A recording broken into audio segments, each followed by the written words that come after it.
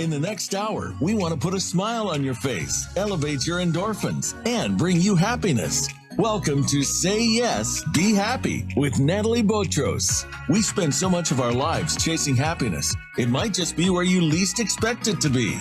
Nathalie and her guests are going to show you how and where to find it. And now, your host, Nathalie Botros.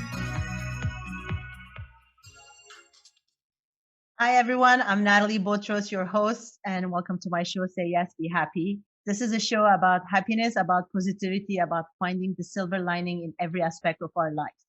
And each week, I take another subject and get amazing guests and talk about it. So this week, we're going to talk about our work life. I know that this last year, we had a lot of challenges, and I'm going to have a special guest that I will introduce very soon to talk about it. Did you know that we spend 30% of our lives working? So imagine if we couldn't be happy in our job, what will happen? We will be like 30% of our life, 1/3 of our life miserable. We have to find a solution to that. The good news is, my guest, let me talk a little bit about her, is an expert in this. She is one of the world's top 50 most influential headhunters, and she closely partners with her global clients on senior level searches. But today she's going to give like her wisdom to us. She appears frequently on television to offer her expertise on the current trends and issues in human capital. She's regularly quoted in the Wall Street Journal, the New York Times, and Forbes on leadership, succession planning, and market trends. She's here with us to share her expertise so we can all find happiness in our job. Please welcome my guest, Jeanne Branthover. Hi. Hi. How are you, Jeanne? I am fabulous, Nathalie, and thank you for having me. I'm very excited to have you. Like, we've been talking about this for the last month, like to have you on my show, and we did it. Here we are. This is a good news. I'm thrilled to be here. Thank you. So, Jeanne, I want to first start from the beginning, because like you're in this business for a while, but you started everything with your executive search firm, Branthover Associates. So could you explain us and what made you decide to open your company? Because you were married with kids, you put everything in. Okay, well, this was actually after I was married, before I had kids. So, I actually went to school for elementary ed at University of Maryland, and I thought I was going to be a teacher. And that was my thing. I loved kids, and I also loved teaching, and I loved mentoring. So when I graduated, I was married like very young, immediately. And my sister was a headhunter. And she said, this is so for us, because my dad was a businessman that he had clients all the time. And I was very comfortable, as you know, talking to anybody. So, so basically I fell into headhunting. And after 6 months, I really realized it was my passion. It was my happy. It was something that just was natural. It wasn't work to me. It was just something that I enjoyed doing. So after 6 months, my boss at the time basically told me he was going to take all my clients and give it to someone else, and I would have to start over again. And I thought, I might be blonde, but I'm not stupid. So I went to my dad and I said, Dad, I would open my own company. He said, Jeanne, you're 22 years old. What, are you crazy? I said, no, I know I'm really good at this. I'm really good at this. Will you give me $6,000? And I went to my mom and I asked her if she'd be my secretary. So I got this teeny office, and I basically had a folding table, my mother and myself, and started dialing for dollars and started my firm. So I then built it up, and 5 years ago sold it to DHR International, which is one of the largest search firms in the world. And I'm now with them, and I brought my team over, and we are just having a blast. And, I think the most important thing about me is I'm an entrepreneur, and my own personal passions are helping people and mentoring people and making a difference. And my job allows me to do that. So I've been very lucky that I was able to satisfy the entrepreneurial side of me, helping people. And that's basically what I do. And that's how I'm here today and what I love to do. That's amazing. So the shift from your own firm to selling it to DHR International was like was a decision that you wanted to have some free time for you? Although I know that you work nonstop, so I don't know. Well, not anymore. Not anymore. I actually get my sports and I get my good times. And Yeah. what happened is I obviously I'm not 22 anymore. So a lot of years have gone by since I started. And, my sons are successful and out of the house and I'm divorced. And I really was realizing that I was just working too much because when you have your own company, which many of you out there probably have, it is all consuming. You love it, you're passionate about it, but it also takes over your life. And I really decided if I wanted to have any free time, it was better for me not to be the boss anymore in that respect where I had to keep on the lights. And so it worked out beautifully because working for the reason I chose this company, and this was very important because I really feel that if you're not happy, you can't do your job well and you just can't live your life well. And I had to find a company that was right for me. And DHR International is a privately held company and very entrepreneurial, and that fits me. And fitting into a company's culture is essential for your happiness. So I really felt a real connection with DHR. They are family run. They care about you. They care about their people. It's very collaborative. It's very team oriented. And that's me. And that's really how I had my company. And that was the culture of my company. So my people came with me and all of us are incredibly happy together because we're getting to do what we always did and what we've always been really good at. But I don't have the responsibility of literally keeping the lights on anymore. But I do have the responsibility of doing the part of the job I love, which is working with my clients and working with my candidates. So it's worked out fabulously. So just explain to our listeners exactly what you're doing. Companies are contacting you or individuals can contact you too to find a better job? Like how the process goes? Okay, so I'm an executive search. And basically what that means is a company comes to me or comes to an executive search firm or executive search professional and says to us, I am going to hire you to find this kind of person, whether it's a chief marketing officer, whether it's the head of accounting, controller, whatever it might be. And then we go out and find the right person to do that job. So we're working with the company who comes to us, and then we're also working with the individual who's looking for a job or most often is not looking for a job, and we approach them to hopefully find them a better job for their lives. So the people that are worth my knowing is really everybody. It is the company person who is sitting in a role that they're going to hire, or it is the person that's maybe unhappy in their job and looking, or a person that just wants to know a recruiter because you never know when you're not going to be happy, or more importantly, a really great opportunity might be out there and you want to know about it because you also always want to better your career. So I talk to individuals, employees, employers, everybody, because I try to make a marriage and make the best possible situation for both of them. So basically, you're the matchmaker. That's right. I'm the Exactly. Matchmaker for careers. And then, exactly. Exactly. But so you have like the companies, you know what they're looking for, and you have all these people, all those resumes that you have, and you just like put them together. Right. And the biggest tool, and this is important for I think everybody out there, the tool that I originally thought was going to stop me from being able to do my job, but it's really turned out to be one of the best tools ever, is LinkedIn. And, LinkedIn is a tool that we can be known to the individuals and to the companies, but also we can go find the greatest candidates because of how they are on LinkedIn. So, our network and how we do our jobs is really essential for getting to know people. Oh, that's amazing. So people have to have a great LinkedIn page.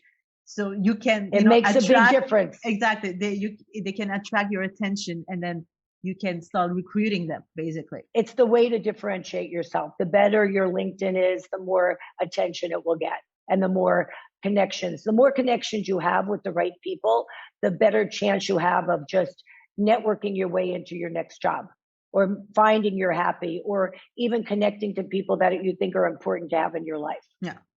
So let's talk about our situation, the market today, what's happening. I mean, we've been through COVID. Everybody hopefully we're through. Exactly. Let's hope that we don't have a lot of variants coming on. But at the end of the day, everybody was working at the offices, and like most of people started to work remotely, and the market changed. So what are, like, besides remote, I mean, we will talk about remote working or working remotely, sorry, but what are the change in the market, in the job market that you see? The pandemic literally changed my job. It changed our lives. It changed the way people are hiring. It changed the way people are interviewing. So during the pandemic, what we found is, as a recruiter, I had to say to myself, how are my clients going to hire? They're not meeting people in person. People aren't going into their offices. And it was really a game changer as far as figuring out how we're going to make this work. So clearly, clients and our firm really thought about how we can get through this. And so the pandemic actually had us hiring people without being met in person. So Zoom has become a huge, or, meetings, different ways of video interviews. But the most important thing is we really learned that you can learn about people through video and not just in person. And it also taught people, how do I Zoom well enough to get my personality across? This is an art, how to interview when you're not meeting in person. How do I look? How do I dress? What is the background? At first I had some people that were literally in their basement having interviews because it was the only place in the house that they could get privacy. I was like, yeah, but look what they're looking at. They're looking at your toolbox. So, it's really important.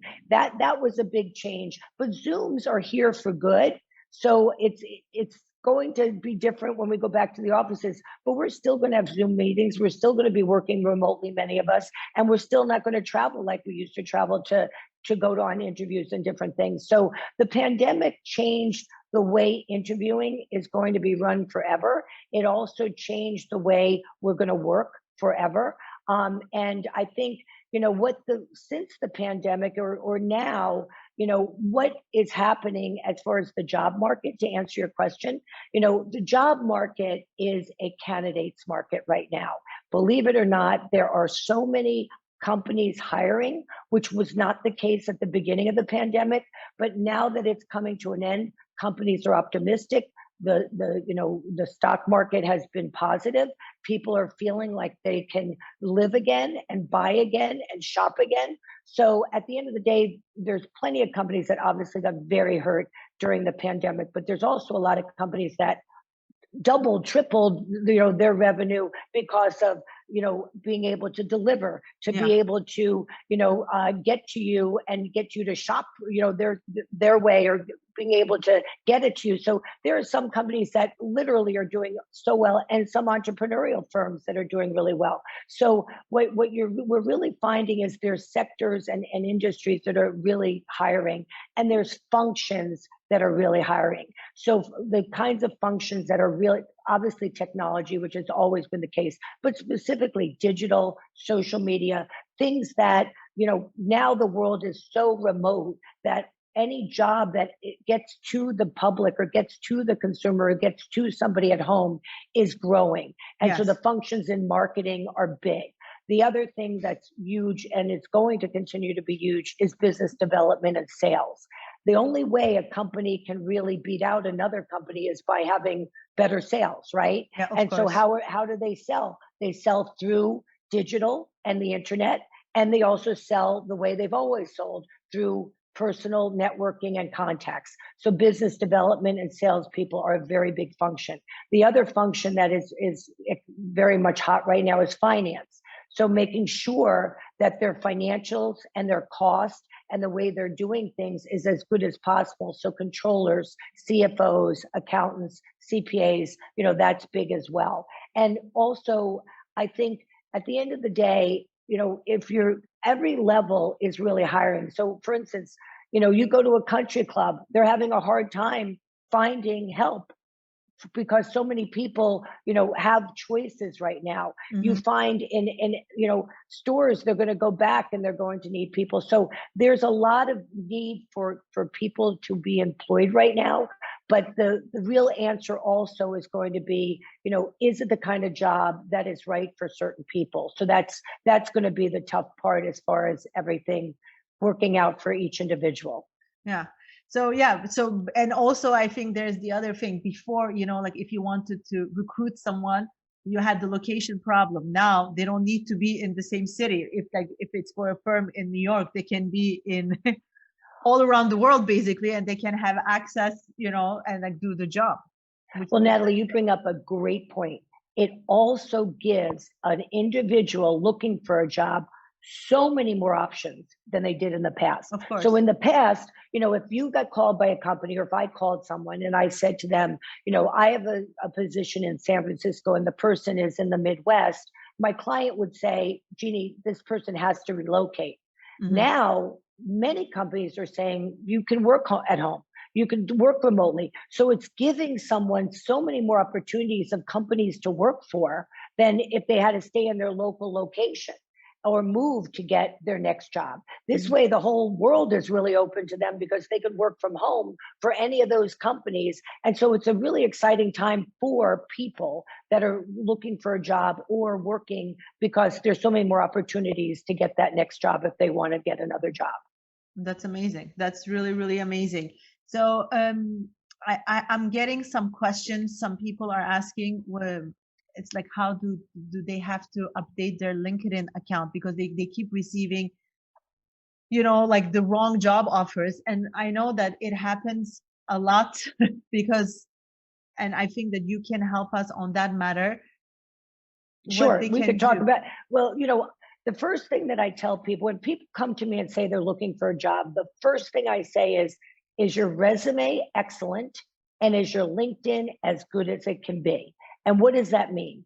What it means is, if somebody is going to find you, what are they going to find when they look at you? Is what you are having on your LinkedIn the person you want represented? Is it if you're a marketing person, does that show?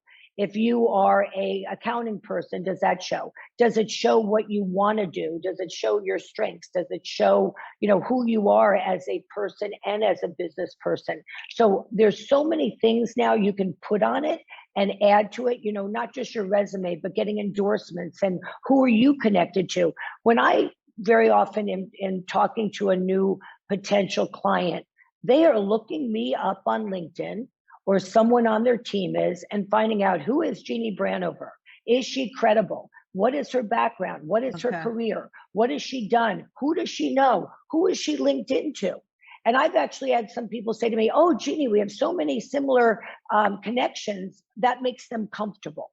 So you really have to make sure that your LinkedIn is absolutely the best it can be. And the other advice is, look at other people's LinkedIn that's maybe in a position that you're looking for, and see what their LinkedIns look like, because it's very important. It's really who you are, and it's what differentiates you in the market. Great. I want to talk about this a bit more, but we're going to just take a short break, and then we'll be back. In the meantime, I just want to say we're talking with Jeanne Branthover about finding happiness in your job. So if you have questions, just send us the questions or call us in, and we'll answer you the best way we can. See you just after the break. You're listening to Say Yes, Be Happy. To reach our show today, we invite you to phone in to 1-866-472-5788. That's 1-866-472-5788. Or send an email to bvg@thebon-vivantgirl.com. Now, back to Say Yes, Be Happy. Welcome back, everyone. I'm Nathalie Botros, your host, and we're talking with Jeanne Branthover about finding happiness in your job. Just before the break, we were talking about writing the right LinkedIn profile, because a lot of recruiters, they really look into it. And every recruiter looks into it. But there's another thing that recruiters look. It's all your social media accounts. So Jeanne, what you were saying during the break to me, well, like Facebook, for example. My sons will probably shoot me for saying this, but when I have two fabulous sons who are doing incredibly well, and they both found their passion, and that means they found their happiness at work. But I told them, when they were starting to look for jobs, to clean up and really look at their Instagram and their Facebook. What's on there? Are you drinking in college? Are you partying too hard? Are you just showing a little bit too much of sharing to the world? Because once it's out there, it's out there. And very often when we're doing background checks or we're looking up someone, if they're credible, we're looking on all social media. So whether it be Instagram, whether it be Facebook, whether it be other sites, it's very important that every individual is very, very cognizant of where they are, what's being said about them, what interpretation is being said by seeing it. And if you are someone that is going into corporate America and you want to climb that ladder, you better make sure that you look the part and your background and what you do personally looks the part.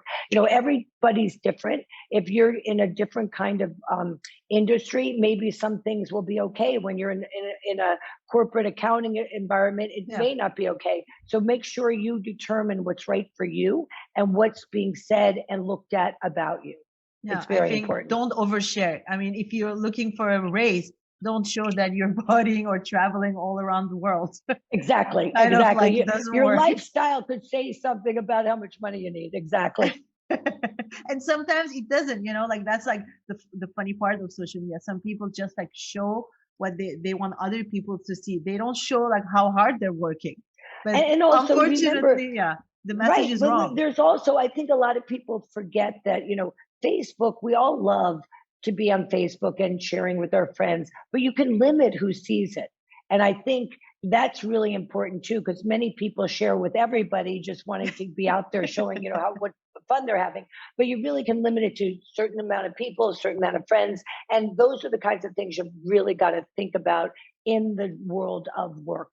What do I want to look at? Even though this is personal and even though this is fun, it's in today's world, everything's related. Who you are at work and what you are at home, it's very much intertwined now. Of course. I mean, don't overshare, basically. It's like, don't overshare. Keep it with your close friends or family, and you don't need to put it out there. Exactly. Everyone. Don't any picture that's out there, it keeps getting out there. So keep it to yourself. Exactly. You cannot delete it. It's like it's out there. Once it's out there, it's out there. You got it. So let's say someone is unhappy for their job. It can be for any reason. It can be the salary, the company, anything. What do you advise them? I mean, I always say try to define why you chose this job and try to relive that moment. But if someone comes to you and says, okay, I'm unhappy because of my job, what would you advise them? What are the steps to define that it's the job or like it's something else? What are the steps? Well, you're so good at what you do because your background was psychology. I think the first thing I say to people and many people say to me, I'm unhappy with my job. But the first thing I really say is, what are you unhappy with? A lot of people just say, I'm unhappy with my job or I'm unhappy, but they haven't really identified what is it that makes them unhappy. So there's lots of things. So let's go over what that could be. So I'm unhappy with my company. I don't like the environment. I don't like the culture. Well, that's serious. If you don't like the culture of your company, it doesn't matter if you change jobs in the company, you're still with the same company. So that's a big problem. And that means you've got to leave. Then there's other people that will say to me, I don't like my job. Well, you don't like your job? Is there another job within the company that maybe could be happier if you're happy with your company, but the job is not the right job for you? Is there another job in the company that could be right for you? Other people say to me, I hate my boss. Well, can you move with it? But I love my company. Can you move within your company and have a different boss? So the first thing I think that's really important when people say, I'm happy with my job, is it your job? Is it your boss? Is it your company? What is it that you're unhappy with? And once they identify that, then they can really make a plan. It's very important at work to have a strategy, to have your personal plan, to have your goals, right? So once you identify why you're unhappy, well, if you're happy with a company, is there a way you can move around your company? Go to human resources, talk to your network of people. How can you find another job within your company? Then there's the people that really I've identified, I really, really, really hate it here. I cannot stay another minute longer. How do I go and find another job? And that's I think a lot of people think finding a job is easy. It is not easy. It is work. Finding a job is no different than working. It is really working yourself to find yourself your next job. You can't rely on anybody. You can't rely on a headhunter. You can't rely on your friends. You really have to rely on yourself. And so what does that mean? And it's very similar. LinkedIn, number one. Am I correctly on LinkedIn? Am I projected correctly? Is my resume on LinkedIn? Now, if you're employed, you've got to be careful that you're not showing that you're looking for a job, right? Like you shouldn't be writing, I'm open to job opportunities. But on the other hand, everybody has their background on LinkedIn. Even the CEO has his background or her background on LinkedIn. So it's very acceptable compared to years ago to be totally on LinkedIn, to have, everything from endorsements to, what you like, what groups you're with, everything to show you who you are. So that's the number one thing. You have to have LinkedIn up to date, current, as great as it can be, joining the right, different groups that they offer so that it shows someone that you're active on LinkedIn. And then the next thing to do is really make sure that your network is utilized. So every one of us has a network. We have friends, we have colleagues, we have the school that we went to, we have the alumni association. There are so many ways to connect to people today to ask for help. Mm-hmm. So that's the most important thing, to have a strategy and a list. Get your LinkedIn, contact your school, make sure that your personal network, you have it, whether it be in your contacts, if they're up to date. And then you make a plan. How am I going to get this word out there, or slowly tell people or actively tell people, depending upon how much you want it, and then make sure that your resume is as good as it can be. Because remember, how do you do a good resume? Right. A resume is critical, because when I get a resume or companies get a resume, it literally is one glance and it's either in the garbage or not.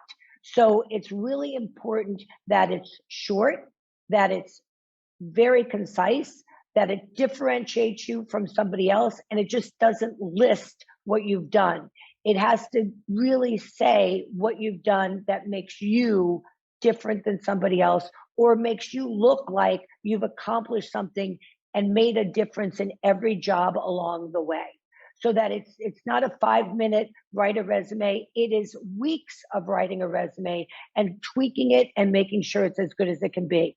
I always advise people, show it to your friends, show it to people that, have found a job. Make sure that your resume is as good as it can be, and that it really, number one, it has to be true, because if there's I've seen companies actually fire people because they lied on a resume. So It's critical that your resume is truthful. That, if you don't have a college degree, do not put that you have a college degree. Companies will do background checks and will make sure that you are what you say you are. And if you're not, it's a real issue. So getting a resume, there are people that write resumes for you. There's services, but to me, you really want to write your resume yourself. You want it to be correct about your background. But the most important thing is, when I look at a resume, I go from the person, who they were, to who they are now. And have they progressed? Have they learned? Have they made a difference? Have they, gotten somewhere that they have achieved it because of what they did before? And that's really important. And you check also the stability. Like, would you, like, if they're volatile, they change a lot of jobs, like you're like, okay, maybe this is red flag, not yes anymore? And no. I've got to say, 10 years ago, 20 years ago, look at, like, my father or people's, older generation. They didn't change jobs at all. They were in the same job from the minute they, got out of school, or all the way to, the minute they stopped working. Today, it's totally different. There are certain sectors, technology, and, some sales jobs. There's a lot of positions now that if you change jobs every 2 years, it's acceptable. Years ago, I would have called that person a job hopper. But then there's also other jobs that changing jobs every 2 years is unacceptable, because a company will say, well, what difference did you make? And how did you manage those people? And what difference did you make in those people's lives if you left them in 2 years? So, and the other thing I think that goes along with that, Nathalie, is when you interview, you have to make sure that you know your resume and you know what it says on it. Because I've actually interviewed people and they have the dates wrong in their mind. And I'm sitting there with the resume going, but you say that you did this. I was like, oh, so it's really important that when you're selling yourself as to what you've told that person in advance is you. So that a resume is it's almost like your walking resume, right? You can't get away with who you are. You can't change it, but you can make it as good as you can on paper and the way you sell it. So much is the way you sell yourself. Of course. And also, do you advise, like during the interview now, like most of the interviews, I guess they're on Zoom, but do you always advise to send an email to thank you after? Like what are the little tips around, you know, like doing an interview? Let's say I want to change jobs. I send my resume and I have this interview. What happens? Okay. So number one, critical, and I cannot tell you how many people do not do this, and it's just terrible. Prepare for the interview. And what does that mean? Number one, research the company. I once had a candidate say, the client said, so what do you know about the company? And the person said, well, all I know is Jeanne said it's a good company and that's why I'm here. And hello. So the most important thing is today's world, you can research unlimitedly, right? You can read, annual reports. You can go online and see what the company's like. You can go to their website and find out what they like. You can see what their earnings are. It's imperative that you show the company that you have taken the time to research them, because otherwise they're going to say, why are you here? You don't even know if you like our company. So that's number one. The first thing you do when you get an interview is research the company. The second thing is everybody's out there on LinkedIn. Everybody's out there on Google. Research the person you're interviewing with or the people you're interviewing with. Make sure you know what that person is. I also always LinkedIn myself. I will link in with the person that I'm interviewing with or that I'm talking to, so that it's like, I'm looking very forward to speaking to you this afternoon. So that it sort of gives you a, heads up. And most people want people to be active on LinkedIn. It says something about their network. It says something about them. So research the company, link in with the person, and look at the position description, which you probably will be given in advance, and really, really read it. And then how am I going to sell myself to that position? Yeah. So, if at every position they say you must have blah, blah, blah, blah, blah, right? Or we're looking for these qualifications. Well, then I'm going to prepare. Does my background fit those qualifications? But I'm doing it in a very concise, very pointed answer so that I'm not rambling. Okay. Most candidates, and the biggest mistake people make is they answer the question in 20 minutes versus 2. And so when you're prepared and you think about your background and how you're going to sell your background, it's clear to me when somebody is prepared and somebody isn't, because they can pick out from being prepared what answer they're going to give. Not that you can give canned answers, but you've got something in mind. If somebody asks for examples, if somebody asks, have you done this before? You're ready to say, yes, I have. These are the examples. Yes. Okay. So the first thing is LinkedIn. It's like, do it. Yep. Well, I have a question about LinkedIn when we were talking before. If I receive, for example, a lot of, connection requests, but from some random people, do you accept everyone? You should not accept, because I know that's a great question. Because some people, they just connect and they want to sell the product, obviously, but there are so many connection requests. Is whoever wrote that to you, it's a great question. And it depends upon who you are and what your job is and what your need is to have people on your LinkedIn. Okay. I'm a recruiter. I want to know people, right? So it's not a disadvantage to me to say yes to people, because the bigger my network is, the more people I'm going to know. Then there's other people that are in a niche that might only want people that are I know some people that are in machine learning or in, artificial intelligence or whatever. They really want to keep their group small because they want to know their network and they really intimately know their network, and they just don't want a zillion people on their network. And then you really have to say to yourself, what is your purpose on LinkedIn? Is your purpose on LinkedIn to get your next job? Well, if that's the case, yes, you want to be picky because you only want people on your LinkedIn that are going to be worth your time. And also, don't forget what I said before. People might look at your LinkedIn and who you're connected to and judge you by that. So who you have LinkedIn with, if you are a manager of something, you want to make sure that you're in the network of those other people doing what you do. So it says that you are up to date in your industry. You're connected to your industry. You're connected to the right people. Connections make a huge difference. And one other thing to say about LinkedIn, it's very important that when you're looking for a job, you say to yourself, okay, these are the companies I want to work with, or this is the industry I want to go in. Well, you're going to use LinkedIn to get there. And this is where it's really important to know LinkedIn. So if I want to work for, I don't know, pick a major bank, well, then I can use my LinkedIn, go in, see who is in the hiring position or in the management position in the area I want, and I'll link in with them. And I'll say to them, I'd really love, or I'm very interested in your business. I'm very interested. I would really appreciate connecting with you and learning more about your area. That's really critical because that's giving you a network within the area you're looking for a job. So you can use LinkedIn to connect to people that are important to you. And then once they linked in with you, you can start a conversation. It's really an important tool. Okay. So we're going to take our second break. I'm Nathalie Botros and having this amazing discussion with Jeanne Branthover about finding happiness in your job. And she's giving us great tips. We'll be back shortly and take more questions. Thank you.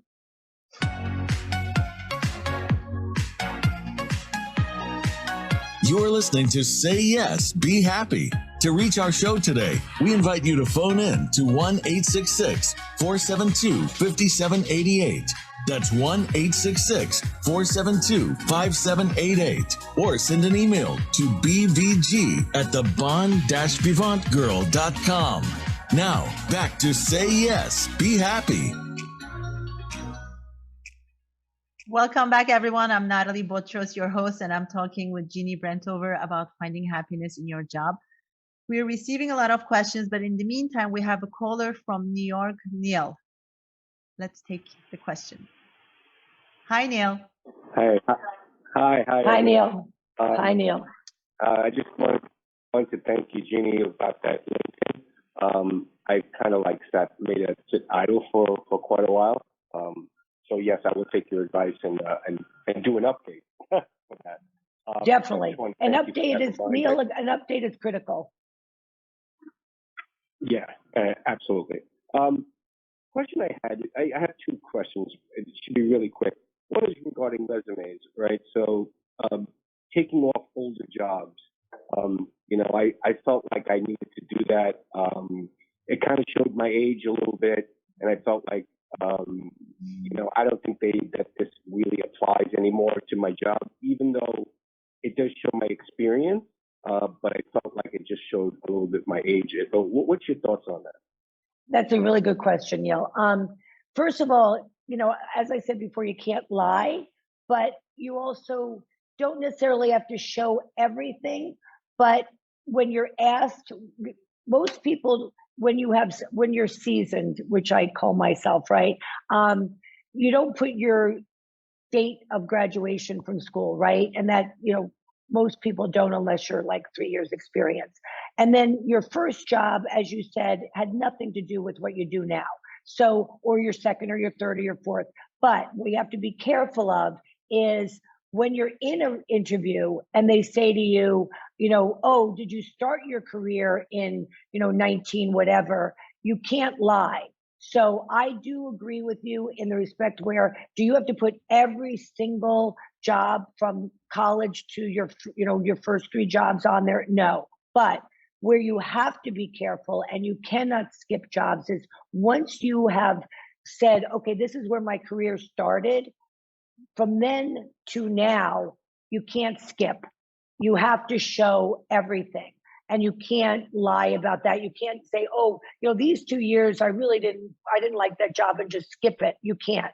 So if you skip years in the beginning and then explain it in the interview, or a lot of people what they'll do on a resume is they won't put the years, but they'll say held various positions, in sales and marketing previous to starting this job. So you can put a little bit of a sentence saying that this isn't your first job, but they don't know the years. They don't know whether it's 2 months, 3 months, 6 years, whatever.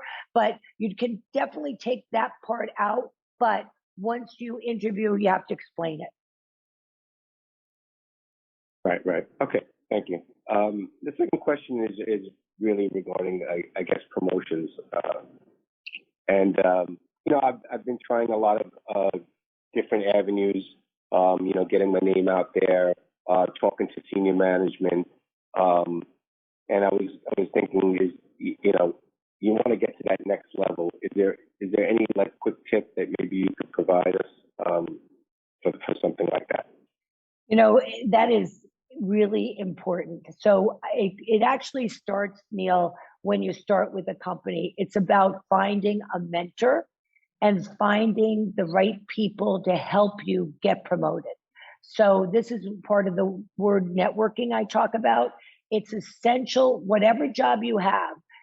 It's really important to do a great job, but it's very important to look up and see, who do you need to know? Who's going to help you get to that next level? Who can be your mentor to help you get there? It's critical. So hopefully, your question is also, if you have a mentor, Neil, it's critical to go to that person regularly so that person is giving you advice and helping you, and hopefully helping the network know how good you are to help you get that next promotion. So one is you've got to be your own advocate. You've got to make sure that people know who you are. You've got to make sure that people understand the job that you're doing and that you're doing a good job. And also when you're being evaluated, it's really important to listen to what is it that you're doing well, what is it that you're not doing well, and to ask questions. What do I need to do to get to the next level? What do I need to do to get my skill set or get known? But even as important, it's important that the people around you know what you want to do next, because if they don't know, they won't know to promote you, or they won't come to you. So years ago, everybody waited for somebody to come to them. It's now, in a good way, important that you let people know what you want. You make sure you're doing the network to get it in a way that people can handle. Not, hey, I want a promotion, give me a promotion. That's not going to work. But it's the networking for the right job. It's the getting to know the right people. It's finding the mentor. Oh, thank you so much. I appreciate it. Great. I hope it helped. Good luck, Neil. I think we lost him. Okay, so I have another question from someone else who wants to know the balance, work-life balance. Especially, I think now that we all work remotely, there is no cut from home life, house life, social life to work life, because we wake up, we go to our desk, and we start working. So how do you advise them to take find this balance? I think everybody needs a work-life balance. And I think many people have lost it in the pandemic. And it's not anybody's fault. It's just, somebody said to me the other day, I get out of bed, my kids are, busy, or they're out of the house. There's really nothing for me to do except check my email, except get to my desk. And I don't have to take a shower. So I'm already working at 7 o'clock in the morning. And then, and with the Zooms, companies aren't thinking twice of saying, oh, we're going to have a Zoom at 6 o'clock at night. We're going to have and everybody thinks for a while that the cocktail Zooms were fun, but, having another meeting at 7 o'clock at night, even having a cocktail, you might still be talking about work. So life-work balance is essential. And I think moving forward, because there's going to be many, many, many people working remotely forever, I think it's very important that each individual recognizes how hard they're working. Is it okay with them? Is it healthy? And what is it that they're going to do to make that balance? whether it's every day doing exercise, whether it's literally saying, I'm stopping working at a certain time, whether it's taking time during the day to say, okay, this hour, I'm going to go and exercise. But work-life balance is, you literally cannot be a happy person if you don't have some kind of balance. Okay. Yeah, that's great. We have another caller, Alba from New York. Hello, Alba. Hello, how are you, ladies? It's fine. And We're you? fine, thank you. Great, great segment. I did want to touch a little bit about the work-life balance. Is how do you go about just trying to make sure that your senior leadership understands how key it is? I think that, I work in finance, for instance, and I think that people have just kind of dominated your schedule because they just think you're available all the time. And so how could you politely, if you can even, suggest that, I do need to get a break here Right. to your directors and your bosses? I think that is probably the best question I've ever been asked. And one of my specialties is financial services. So, I think this is a very common question, and in today, and I know you're seeing this, senior leaders are working really hard too, right? And they aren't really empathetic to those people that, how hard everybody's working. It's like, you got to get this stuff done. So I think it is actually very important for you, in a way that you feel comfortable, to let it be known that you need a break. Whether it be, you're talking to your senior leader, my schedule is, I'm going to take my daily break at 3, whether you're exercising, whether you're walking, whatever. And it's letting them know that this is what you're going to be doing, and you'd appreciate if he didn't or she didn't do a meeting during that time. So, I think it's a two-way street. You have to start telling whoever the senior leaders are that there's a certain time that you just need to, stop and whatever. They don't need to know what you're doing, but they need to know, my calendar is, I'm going to be busy during this time. And that's very important, and they will respect it. And there are going to be times, as well as I do, some bosses at 8:00 every morning, they have a call. Well, then don't take your break during that time, but take your breaks when you know that it's culpable for your senior leader, but let your senior leader know, I'm not going to be heads up, not going to be available on, Thursday at 4 or every Thursday at 4. I'm going to take a course, whatever. They are going to, you'd be surprised if you give them a heads up and it's not interfering with something that is a usual thing. They're going to respect you for saying something and abide by what you're asking. I try it. Okay, I will. Thank you very much. You're welcome. Thank you, Alba. Bye. Bye. So yeah, so many questions, it doesn't stop. Like, people are like, really, we're kind of lost. It's true that it eats our personal life. What you were saying before Alba's call is true. We wake up, we don't need to shower, and then we made the mistake to open the computer, and it's done. I'll give you an example of what I was just saying to her. So someone I know very well said to me, she has 2 little kids, a husband working, she's got a job, and she literally has to feed the kids, right? And she said to me, I don't understand why my boss every day decides at noon that we're going to have a meeting when I have to feed my children. Yeah. And I said, tell him. And she was like, what? I said, tell him. Just tell him that this is the time that you need to feed your children. Could he move the meeting an hour? Yeah. And he did. But, yeah. a huge communication. You got it, Natalie. A huge part of the pandemic is you need to communicate in a reasonable way for reasonable reasons. And people will listen, because everybody right now is human and going through the same thing. But you have to communicate what's important to you, and you'd be surprised how you'll get what's important to you, but it's up to you to ask for it. Yeah. So thank you. I have a lot of questions, but we're kind of out of time. Before I start my bye-bye blah blah, I want to know what makes you happy today. Okay, so first of all, it's a really good question for me. What makes me happy today is being here with you and talking to all these people. But what makes me happy in life, and this is something I think about all the time. First of all, making sure that my two sons are happy is obviously what every mom wants in their life. But for me personally, besides my family, it's making a difference in people's lives, making an impact that I can help them. That's a passion of mine. I want to be a mentor and a good mentor of people, particularly young people that are, coming up in the world. And I really believe in giving back. And for me, if I can make a difference, if I can help people, if I can be a mentor and be a good mother, I'll be a happy person. Thank you so much, Jeanne. It was great. If people want to contact you, they can find you on LinkedIn.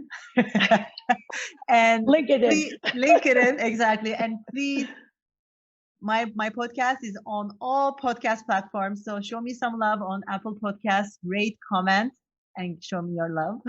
And also next week, we're going to have another guest. We're going to talk about summer weight loss, terminating inflammation with Lori Shemek, and also how to find a happy and healthy way to lose weight. Goodbye for now. Thank you so much again, Jeanne. Thank you, Nathalie. You're awesome. And I talk to you all next week. Bye for now. What do you have to lose? Say yes. Be happy.